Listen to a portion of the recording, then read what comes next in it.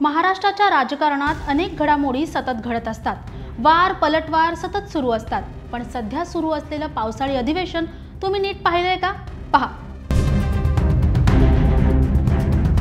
यामध्ये किती सुंदर पद्धतीने वेळ, लोगो, कोपऱ्यात अध्यक्षांचा फोटो, नेत्यांचं सर्व भाषण अगदी सुंदर पद्धतीने दाखवले। पण नेते मंडळांच्या नावाकडे तुम्ही नीट पाहिलंय का? शासकीय कागदपत्रांमध्ये वडिलांच्या नावाप्रमाणेच आईचं नाव लावणं देखील बंधनकारक करण्यात आलं होतं। फक्त हेच नाही तर वडिलांच्या नावाच्या अगोदर आईचं नाव लावणंही आवश्यक होतं। 11 मार्च 2024 च्या मंत्रिमंडळ बैठकीमध्ये हा निर्णय घेण्यात आला होता। हेच नाही तर 1 मे 2024 नंतर जन्मलेल्या सर्व मुलांसाठी हे नाव अशा पद्धतीने नाव लावणं बंधनकारक करण्यात आलं होतं।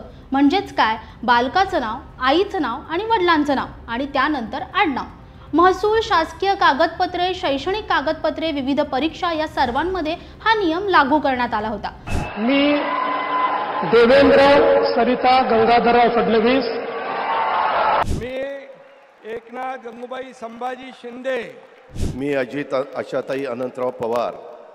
पण या पलीकडे जाऊन सध्या सुरू असलेल्या अधिवेशनाच्या कामकाजात आईच्या नावाचा विसर कदाचित सर्वांनाच पडलेला दिसतोय। मग केवळ नावापुरताच हा जी.आर काढण्यात आला होता का? तुम्हाला याविषयी काय वाटतं आम्हाला कमेंटमध्ये नक्की कळवा आणि अशाच नवनवीन व्हिडिओंसाठी नवशक्ती YouTube पेजला लाईक, शेअर आणि सबस्क्राईब करायला विसरू नका। धन्यवाद।